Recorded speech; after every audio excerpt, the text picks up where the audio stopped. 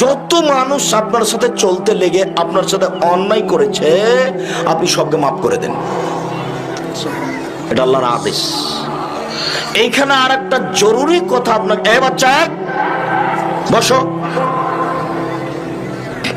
কয়েক মিনিট চট করে উঠা প্রয়োজন মনে করছো কেন? আল্লাহ তাআলা বলছেন উইদ্দাত লিল মুত্তাকিন, আমি জান্নাত প্রস্তুত করেছি পরহেজগার মানুষের জন্য। দেখেন তিনটা কাজ পরহেজগার। আমি জান্নাত প্রস্তুত করেছি পরহেজগার মানুষের জন্য। এক,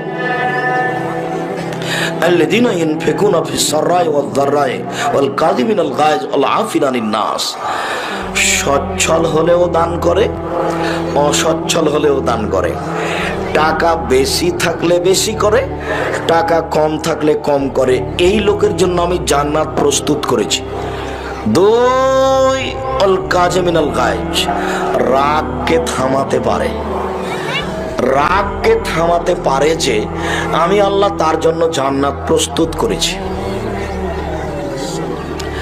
লাইসা শাদীদু বিশুরা, আছাড় দিয়ে ফেলে দিতে পারলে মানুষ শক্তিশালী হয় না। আল্লাযী ইয়ামলিকু নাফসাহু ইনদাল গাযাবে, রাগের সময় যে নিজেকে ধরে রাখতে পারে, গালিগালাজ করে না, কিছু সিদ্ধান্ত নিয়ে ফেলে না, এই হলো শক্তিশালী। সবচেয়ে শক্তিশালী কে? সবচেয়ে শক্তিশালী ওই যে রাগকে ধরে রাখতে পারে। তিন, ওয়াল আফিনা আনিন নাস, যে মানুষকে মাফ করতে পারে।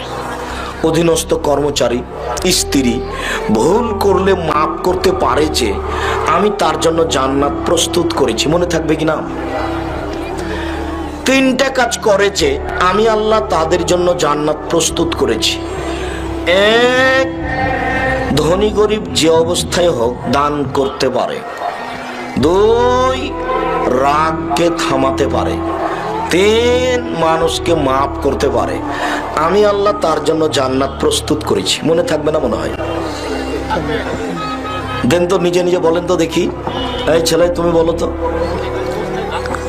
ধনী গরিব সব অবস্থায় দান করতে পারে। দুই, রাগকে কন্ট্রোল করতে পারে, রাগকে থামাতে পারে। তিন,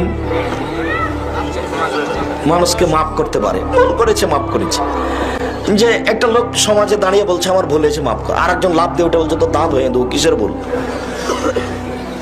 এইটা নয়।